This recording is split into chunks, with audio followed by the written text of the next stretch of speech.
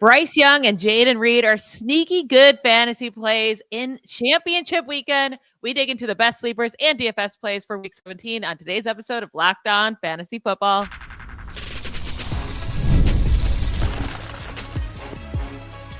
You are Locked On Fantasy, your daily NFL fantasy podcast.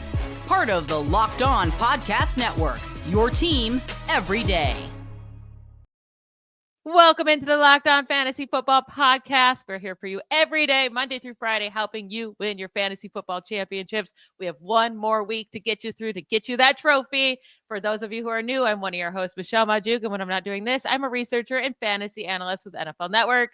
And Vinny's not here with us today. He's still on his cruise. We're letting him have the day off for once. So he's out in the ocean somewhere. But I am joined by my wonderful wife, Kate Magdziuk. She's the co-host of Locked On Dynasty Fantasy Football Podcast and the senior editor and fantasy analyst at Yahoo Sports. Also does 100 other jobs. But we are excited to get you into Friday's show where we give you the best sleeper of the week at each position. Then we get into some daily fantasy talk with PrizePicks and give you our best FanDuel lineup. So even if you're out of fantasy, there's still fantasy to be played. Like, don't just still have some fun during these games. Before we dig into our sleepers and start the show, I want to let everyone know that today's episode is brought to you by Game Time. Download the Game Time app, create an account, and use code LOCKEDONNFL for $20 off your first purchase. All right, Kate, let's hit these sleepers, starting with our quarterback. This is the guy you love this week, Bryce Young at the Buccaneers. Tell me how you would have the balls to start him. I think that would be key here because I also like him, but are we brave enough to give him that start?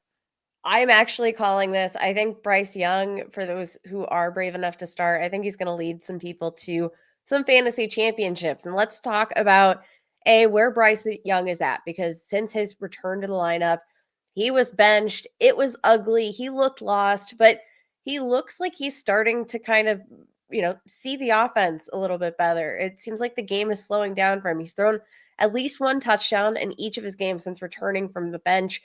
Since week 10, 20 plus rushing yards in all but 2 games, rushing touchdowns in 3 of the last 4 weeks. This is a spot against the Tampa Bay Bucs offense that should generate volume. They have faced, the Buccaneers have faced a 66.7% pass play percentage this year, 7th highest explosive pass rate, 4th most passing yards, 5th lowest interception rate. I don't know. We're starting to see Bryce Young use his legs a little bit. I'm kind of intrigued. I mean, he is intriguing. We just saw him beat up, I should say. I don't know if that's the right words, but the Panthers scored 23 points, but he also scored 23.6 fantasy points in that matchup against the Buccaneers in week 13. He threw for 298 passing yards in that game. That's the most in a game this season. It's second most in a game in his career, right? And we just saw last week, Cooper Rush had 292 passing yards against the Buccaneers. It will come down to those touchdowns, which often he just has one passing touchdown. But if he also gets that one rushing touchdown, which you said he has been doing lately, he's going to have a pretty solid fantasy day. That's for sure. And I mean, a lot of these matchups this week, and then you have Jalen, they're tough. And then you have Jalen Hurts, who's injured. Anthony Richardson, a guy I really liked this week. I thought he was going to finish top 10. So did Vinny.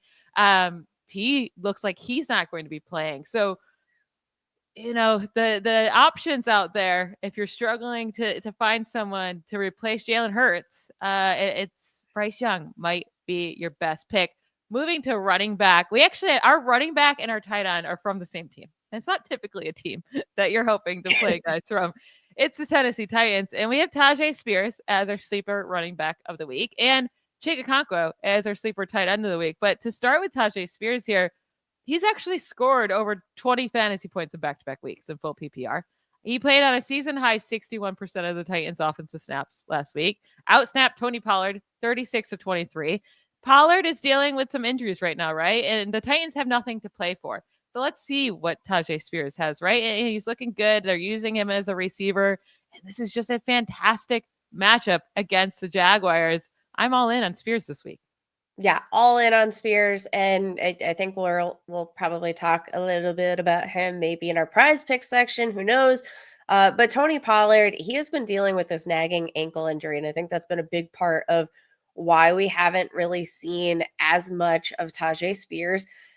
We heard back, when Tyjae Spears was out, Tony Pollard was taking on this full workload, and the coaching staff outright came out to say, yeah, we don't want to see that. Like, he's, super banged up. We want to scale back his workload a little bit.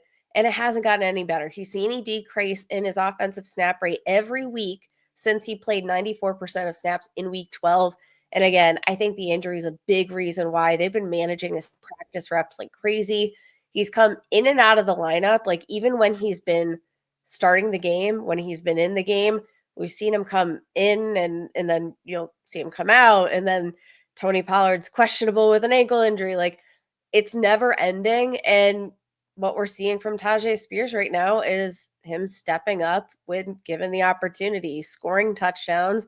He's been productive. He is got an ideal matchup. Like, I think Tyjae Spears is going to be on a lot of league winning rosters.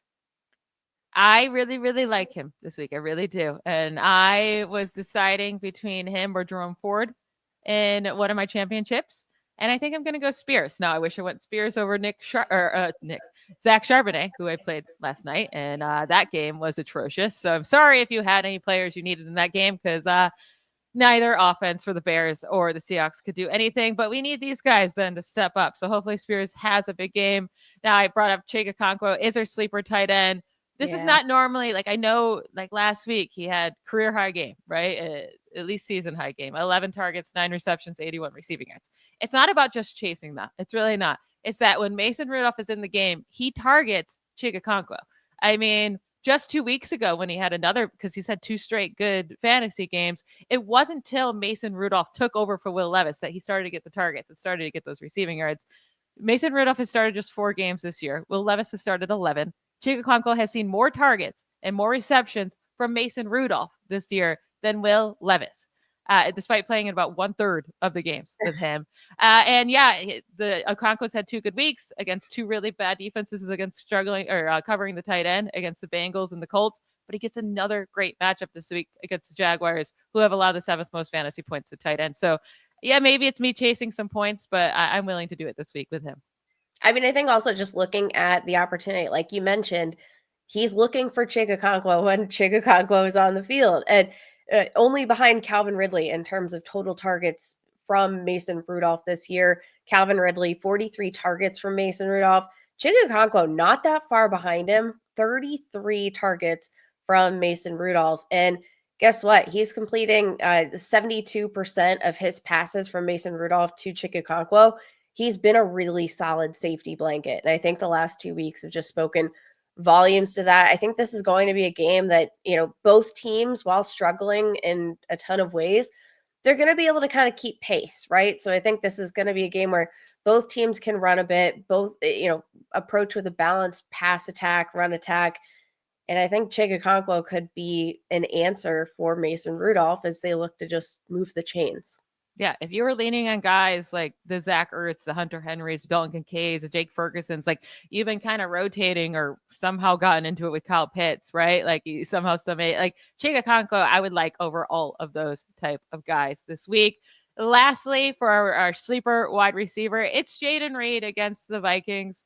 His season has been highly disappointing after the start of his year, right? I mean, it was a monster week 1, and then he had a monster week 4, which was against the Vikings. He put up 139 yards. That's his season high. Had a touchdown, scored 23.6 fantasy points in half PPR. But we know, like, Josh Jacobs has been doing so well, right, on the ground. They've been running so great, the Packers. Vikings run defense is very good. Their pass defense, not so much. So they're going to have to throw more. We got Christian Watson dealing with an injury. We'll see if he can play, but even if he does, it'll be for like 1 play before he gets hurt again. So Jayden Reed should see a good amount of targets, see a good amount of snaps, and it's a good matchup. So I do think he's very playable this week. Yeah, Jayden Reed, it's not just about chasing the points that he had against Minnesota when he last had the opportunity. It's actually a really good matchup in terms of Jayden Reed's skill set. Reed really excels against zone coverage. No team in the league has allowed more explosive plays against zone than the Vikings. They rank top 10 in a zone coverage rate per NFL Next Gen Stats, top 3 in open target rate against zone. So, like, they're leaving plays out on the field when they're in zone coverage, and they're in zone coverage pretty darn often. Ranked top 7 in average yards of separation, allowing the 2nd most yards after the catch when in zone coverage, like this has been kind of Jayden Reed's bread and butter. He has struggled against man, but he eats against zone, and he's going to see a lot of it this upcoming week. Let's transition over to daily fantasy talk. So if you're knocked out of your fantasy playoffs, you have nothing else to play for, go get on some daily fantasy. Either it be PrizePicks, there's so many apps, FanDuel, like go have some fun. We're going to tell you our favorite PrizePicks picks of the week, which download the app and play with us if you want to. And then we'll give you our favorite FanDuel lineup. And if you're still in your fantasy championship, this will still help you because these are all guys we very much like this week. We'll get to all of that right after a quick break.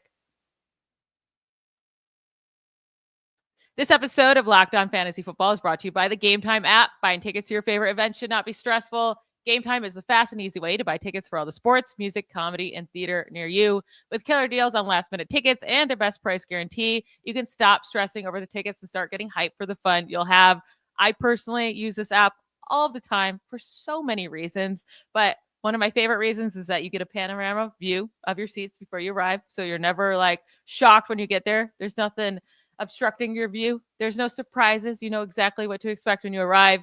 It takes seconds to buy tickets. It's so easy. I'm very, very impatient. So this app is perfect for me with how quick it is and how easy it is. And then they have the best ticket coverage in the business in case anything goes wrong. They have event cancellation protection, 24-hour return guarantees, even job loss assurance. You get to take the worries and the guessing work out of buying tickets with Game Time. Just download the Game Time app, create an account, and use code LOCKEDONNFL for $20 off your first purchase. Terms do apply. Again, create an account and redeem code LOCKEDONNFL. That's LOCKEDON NFL for $20 off. Download Game Time today. What time is it? Game time. All right, Kate, moving over to PrizePicks picks of the week. If you want to play with us, just download the PrizePicks app, and all you do is pick more or less on player projections, and you just have some fun with it. So, Kate, give me your favorite PrizePick pick of the week. All right, to kick us off here, I do want to just shout out Tyjae Spears. I said I was going to mention him in this segment. He's not going to be one of my, I'm not going to elaborate too much. We already talked about why we liked him, but I do want to say for anybody listening to the show ahead of Sunday, I'm going to encourage you to go just place that touchdown bet here for Tyjae Spears. Right now it's a demon on PrizePicks, which means you get a little extra boom for your buck there. I can imagine this being downgraded to a non-demon here shortly enough if we get word that Tony Pollard's questionable, etc. But let's move to another running back that I also kind of like this week. How about Tank Bigsby? More than 44.5 rushing yards. He's playing super well. He's playing good football. He's ranked second in yards after contact per attempt, fourth highest missed forced tackle rate among running backs with at least 100 carries. And since week 10, the Titans have not been infallible to the run. They've allowed the third most rushing yards in that span, 4 yards per carry average. It should be a matchup, again, where these two teams can keep up. So, I'm fine starting both of these running backs here in each of these spots and seeing what happens. I will say my top favorite PrizePicks of the week was Anthony Richardson, more of his rushing yards, 46.5. But now it looks like he's not going to play. So that got ruined. I'll find a third one by the time I get there. I'm going to move to my second favorite one, which could have been my first favorite one anyways. And it's Bucky Irving plus Chuba Hubbard, more than 154.5 rushing yards combined. So they have them combined. They have to at least combine for 155 rushing yards to hit this more.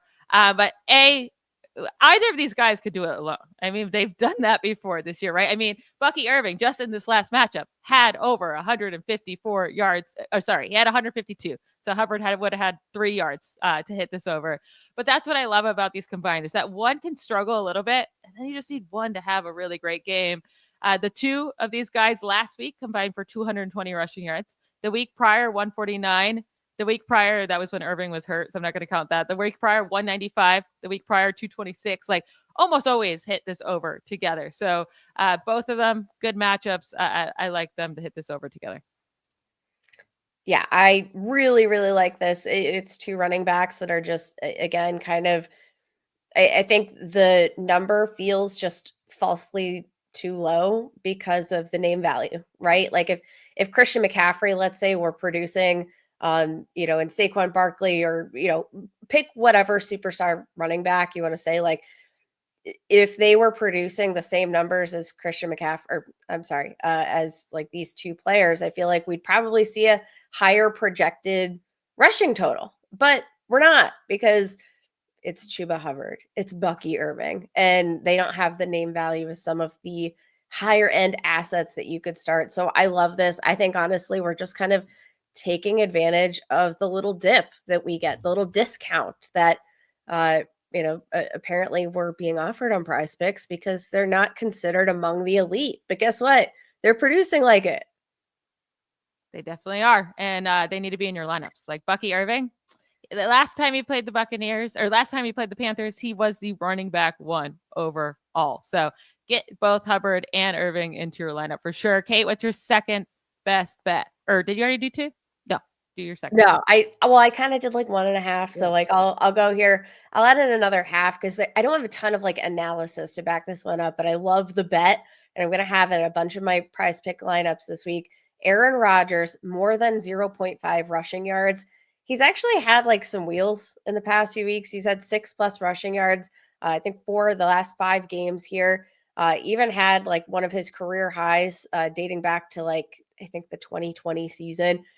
He's been using his legs a little bit more. So I do think this 0.5 rushing yard total feels a little bit low, just considering that we have seen him a little bit more mobile. He is dealing with a knee injury, which sucks, but I think he's kind of been dealing with injuries all season long, and we're still seeing it come to fruition here. He hasn't been as statuesque here in the second half of the season. I mean, yeah, if they have any chance they want to put up points against the Bills, he'll at least have to scramble a couple times. And luckily in the NFL, sack yardage don't count against you for your rushing yards. So he just has to attempt 1 run, basically. I like that. Now, mine is Terry McLaurin. It's a demon pick. I'm shocked by that. To score a touchdown, basically. It's 0.5 rushing plus receiving touchdowns more than. So he just needs 1 touchdown.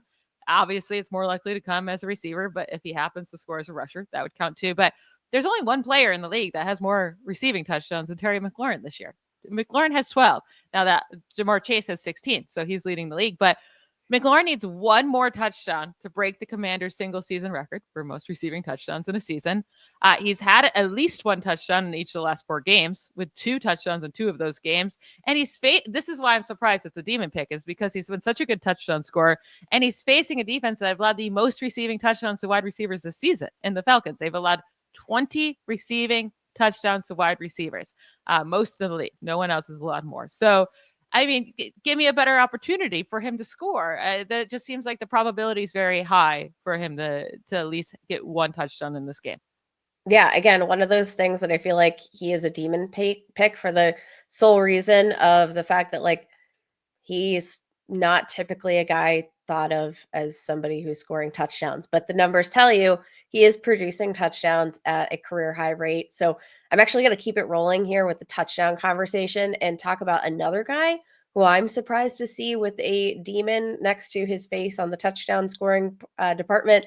Let's talk about Davante Adams, who has been on a bit of a roll, 4-game touchdown streak here, and playing a career high rate of snaps out of the slot. He's played at least 19 snaps out of the slot in each of the past 6 weeks. It's where he's been super productive. He has been the Jets' leading target getter out of the slot here, and the Bills' defense leads the league in EPA per dropback on targets out of the slot. I think that this could be like a sneaky good pick for a dude that's kind of been balling out over the past 4 weeks, averaging 110 yards per game in that span. He's totaled 5 touchdowns over the past 4 weeks. The connection is finally starting to look real again between Aaron Rodgers and Davante Adams. I think this could be a really nice smash start. Yeah, I mean, especially for that to be a demon. By the way, demon means you just make more money if you get it correctly. We love more money. Yeah, it adds more to your odds, which then you make more money. It's just saying it's harder to hit, basically. And getting a touchdown, no matter who you are, it is a hard thing to do in any given game, right? So I understand that. I like that. And then my last one, I did find a different one. It's going to be Brock Purdy. He plays on Monday night, over 258.5 passing yards. So just has to hit more than that. Honestly, I think he's going to have more than 300. So if you want to find him on a different app with like FanDuel or something and get that extra money there and you just need him to hit that, go do that. I feel like I have to give a lot of like asterisks here, but Brock Purdy in his last 3 games where he was either not playing in the downpouring rain, either didn't have a shoulder injury, or playing in a blizzard. So without those 3 things, his last 3 games of not that were 313, 325, and 353 passing yards. I mean, 2 of those games I just mentioned were 2 of the last 3 weeks. So it's not like this was a long time ago. The Lions defense is just destroyed with injuries. They have allowed Josh Allen in week 15 to throw for 362, and then Caleb Williams last week to throw for 334. And all Brock needs is 258. Again, I think he's going to throw for 300. So this is a smash for me. Yeah, again, one of those things that I think, generally speaking, people aren't really excited about the 49ers offense right now, but in the right circumstances, like you've mentioned, with all those asterisks, Brock Purdy has still been able to produce some really solid yardage. Obviously, he's depleted some weapons. The ceiling would be a lot higher if we had a Brandon Ayuk, if we had a Christian McCaffrey out there, but I still think the ceiling's pretty high as long as you have Kyle Shanahan calling the offensive plays. And if some of those extraneous things like the weather aren't a factor, I always kind of like leaning on the 49ers as a potential source to pop off at any moment. The Lions are going to destroy the 49ers, and Purdy's going to have to put up some yardage. Mhm. That's for sure. All right, let's move on to our FanDuel lineup of the week. We have not seen each other lineups, but we'll compare and we'll see who's we liked, who's going to win. That will be fun to finish up our show. Let's take a quick break and we'll get to that. History, economics, the great works of literature, the meaning of the U.S. Constitution. Did you study these things in school? Probably not, or even if you did, maybe it's time for a refresher. Time and technology have changed a lot of things, but they have not changed basic fundamental truths about the world and our place in it. Our sponsor, Hillsdale College, is offering more than 40 free, that's right, free online courses. Some of those courses that you can choose from, they have Constitution 101, the meaning and the history of the Constitution, Introduction to Free Market Economics, the rise and fall of the Roman Republic, and a brand new documentary style course on Marxism, socialism, and communism. All of Hillsdale's courses are self-paced that you can start whenever and tune in wherever. Plus, you can go deeper with readings, quizzes, discussions, or just enjoy the lectures. Go right now to hillsdale.edu/lockdown to enroll. There's no cost and it's easy to get started. That's hillsdale.edu/lockdown to register. All right, let's pull up these FanDuel lineups. Kate, who do you have as your quarterback? That's always the trickiest decision to make each week. This is kind of a gross one. I went with Mason Rudolph. We already talked about why we like, just in general, the Tennessee Titans' chances here against the Jaguars. But Mason Rudolph, he's actually been kind of a solid-ish play. He's thrown 2+ touchdowns each of the last 3 games.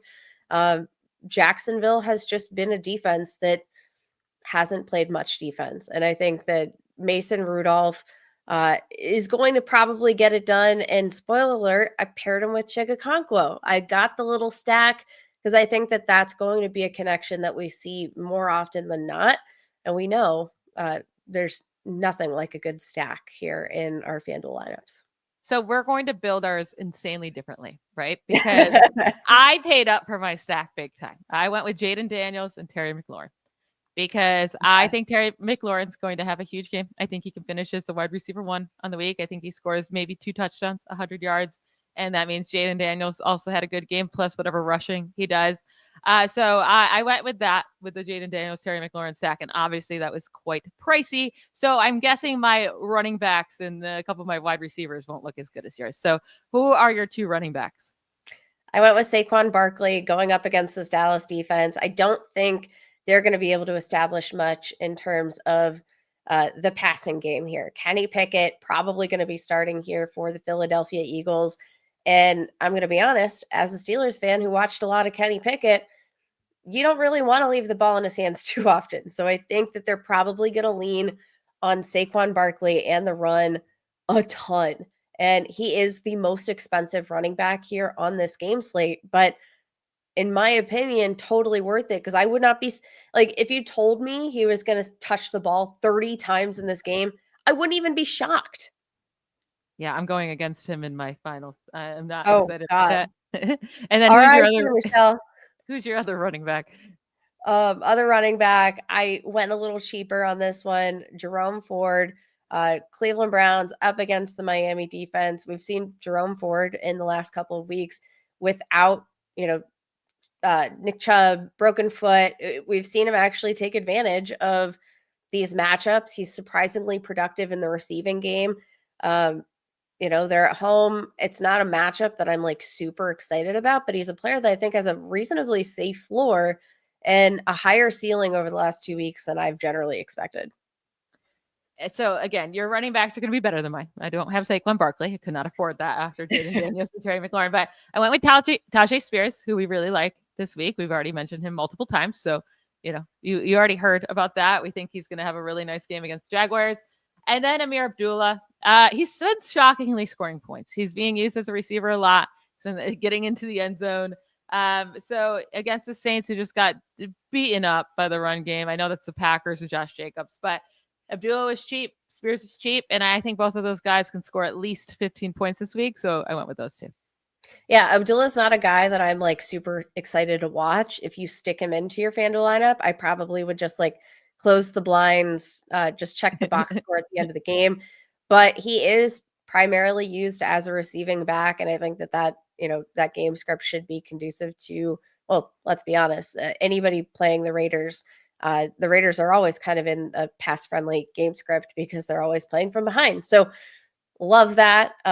For my wide receivers, again, so I want to say I went cheap on the stack I got here between Mason Rudolph and Chigakonkwo, but I tried to line the rest of my lineup up with like guys that I think have good matchups, that I think have really safe floors, but also equally high ceilings. I had to fit Jayden Reed in there, $6,700 this week. I already told you why this is kind of a favorable matchup in terms of what he's good at versus the scheme that the Minnesota Vikings deploy. And we know like either Jayden Reed is going to score you 5 points or 0, or he's going to win you your week. Jayden Reed, I love this matchup. Yeah, I also have Jayden Reed in my lineup. And then I already told you about Terry McLaurin. And then my last wide receiver here is Jordan Addison. He's been really involved in this offense. You expect this Packers-Vikings game to be high scoring. So he could score 3 touchdowns in any given game, right? He's already done it. But no, I expect more like a 1 touchdown, 80-yard performance. But he has a high ceiling and I think actually a pretty safe floor as well. Yeah, I really, really like that play. My last wide receiver of the week, I went with Adam Thielen. We talked about why we kind of like this matchup for Bryce Young. The same thing, extends to Adam Thielen, who's going to be the primary receiver in this game. That this is a pass funnel defense. You're going to have to throw the ball a ton. I think there could be a lot of volume in store for Adam Thielen. And to be honest, Adam Thielen has looked a little bit more spry than I think I ever expected. Yeah, he's looking pretty good, honestly, for such an old man. But who was it? So you had Jayden Reed, Adam Thielen. Who was your third wide receiver? So third wide. Oh, yeah, Brian Thomas Jr. That was kind of nice. like the kicker here. There we go. That's where some of my money went. I spent up.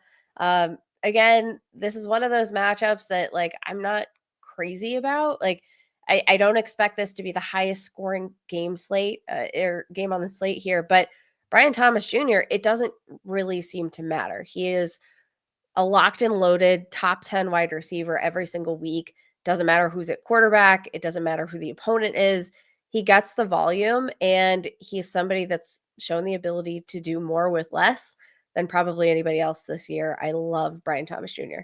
I was thinking about him in my flex because I was able to have a decent amount of money left in my flex, but I went with Bucky Irving instead because I think he has the same ceiling as Brian Thomas Jr., but a much safer floor, right? He's going to get 20 carries in this game. It's a great matchup. He gets the goal line work. So I paid up for Bucky Irving here. Who do you have in your flex?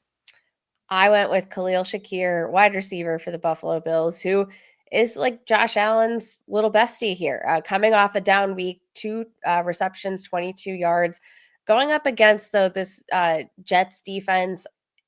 they've been a little bit leakier since, the departure of Rob Saleh. This has not been the same unit necessarily, but scored in 2 of the last 3 games. Can get it done through the air, on the ground, whatever you shall wish, he can make come true. And I just want some value in terms of Josh Allen pass catchers. And I think that generally speaking, Khalil Shakir, he can have 8+ targets any given week. And yeah, I kind of like it. Like it. So my tight end, I went with Jonnu Smith. We know how big of a part of he is to this Dolphins offense, getting all the targets. It's a favorable matchup against the Browns. I wanted him in my lineup. And then lastly, I went with the Jaguars defense. So it's interesting because you went with Mason Rudolph as your quarterback, and I'm going with the Jaguars just because if Mason Rudolph can throw a ton of interceptions. We saw it last week. They were super cheap. And the Titans, you always want to play the defense against the Titans. So I went with them. Who is your defense? I went with Miami Dolphins. So I did really, almost go with them. I was really like picking hairs here between the Colts and the Dolphins here at defense. I don't think you could go wrong with either play, to be honest. But the Dolphins, I just think are, a solid real life defense that I think can make some splash plays in the secondary. And Cleveland Browns, it doesn't really matter who's a quarterback. Their offense is tremendously problematic. So I think even if, the Dolphins aren't the best defense in the league, I don't really think it matters when you're going up against an offense that's as porous right now as this DTR, like just gross turnover, no yards, but still with all the potential for massive turnovers and picks, everything that you liked about or hated about Jameis Winston, it still applies to DTR.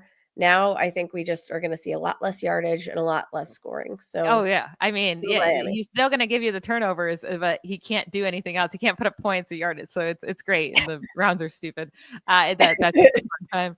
But that is it for today's show. That's it for our show for Week 17 to get you prepped for your fantasy playoffs. Hopefully, you didn't have too many players play yet, because that means you probably don't have very many points, because those first 3 games of the week were not great for fantasy unless you had Derrick Henry or Lamar Jackson. But that is it. Like I said, we'll talk to you on Monday. Vinny will be back then. Have a great weekend. Bye, y'all.